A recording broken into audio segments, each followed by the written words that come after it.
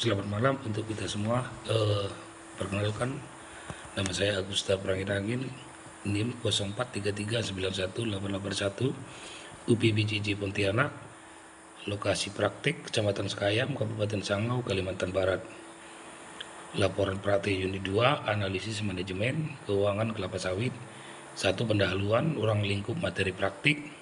Praktik ini berfokus pada analisis finansial dalam manajemen budidaya kelapa sawit, khususnya dari perspektif petani sawit swadaya atau perkebunan skala kecil.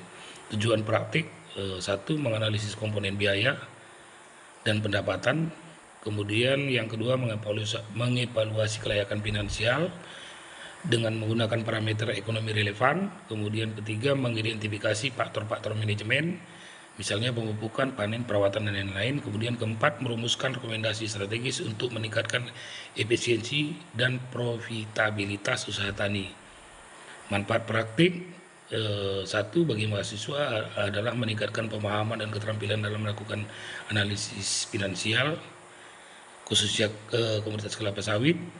Kemudian memperoleh pengalaman praktis dalam perumusan tujuan evaluasi, indikator, alat ukur, pengumpulan data, hingga analisis dan interpretasi data. Kemudian bagi petani atau masyarakat, memberikan gambaran mengenai kondisi finansial usaha tani kelapa sawit, serta masukan yang konstruktif untuk perbaikan manajemen guna peningkatan kesejahteraan. Kemudian bagi instansi pendidikan atau penyuluh, menyediakan data dan analisis awal yang tepat.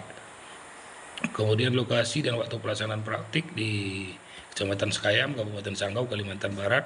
Waktu pelaksanaan praktik 1 Mei sampai dengan 25 Mei 2025. Langkah-langkah praktik: 1. Tema kegiatan yang dipilih untuk dievaluasi.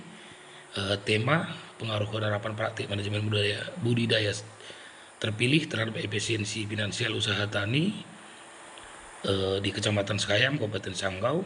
Alasan pemilihan tema adalah relevansinya dengan upaya peningkatan kesejahteraan petani.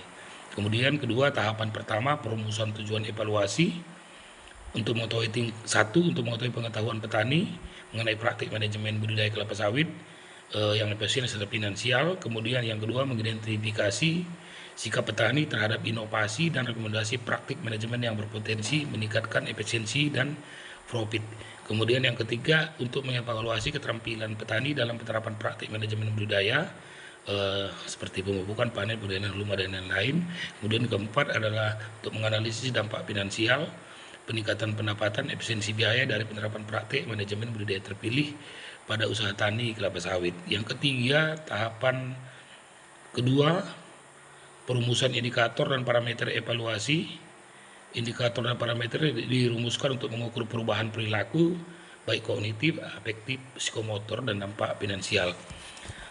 Aspek perubahan perilaku meliputi kognitif, indikator, parameter, indikator tingkat pemahaman petani tentang dosis pemupukan, parameter skor dari kuesioner, presentasi petani yang mengetahui rekomendasi dosis, kemudian indikator pemahaman tentang waktu panen yang optimal, kemudian parameternya skor pemahaman presentasi petani yang mengetahui ciri TBS matang, kemudian afektif atau sikap mental, indikator kesediaan petani untuk mengadopsi rekomendasi pemupukan dan panen, parameter skor sikap skala 1 sampai 5 dari kuesioner, setuju, sangat setuju.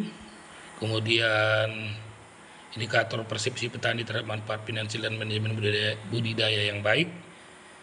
Kemudian psikomotor, kemudian aspek finansial, indikatornya biaya produksi per hektar, parameter rupiah per hektar, kemudian indikator produktivitas TBS, parameter ton per hektar.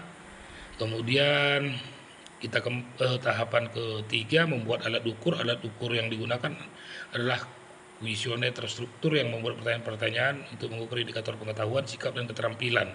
Kemudian tahapan keempat, penarikan sampel dan pengumpulan data. Kemudian tahapan kelima, analisis data dan interpretasi biaya, baik analisis deskriptif, analisis finansial.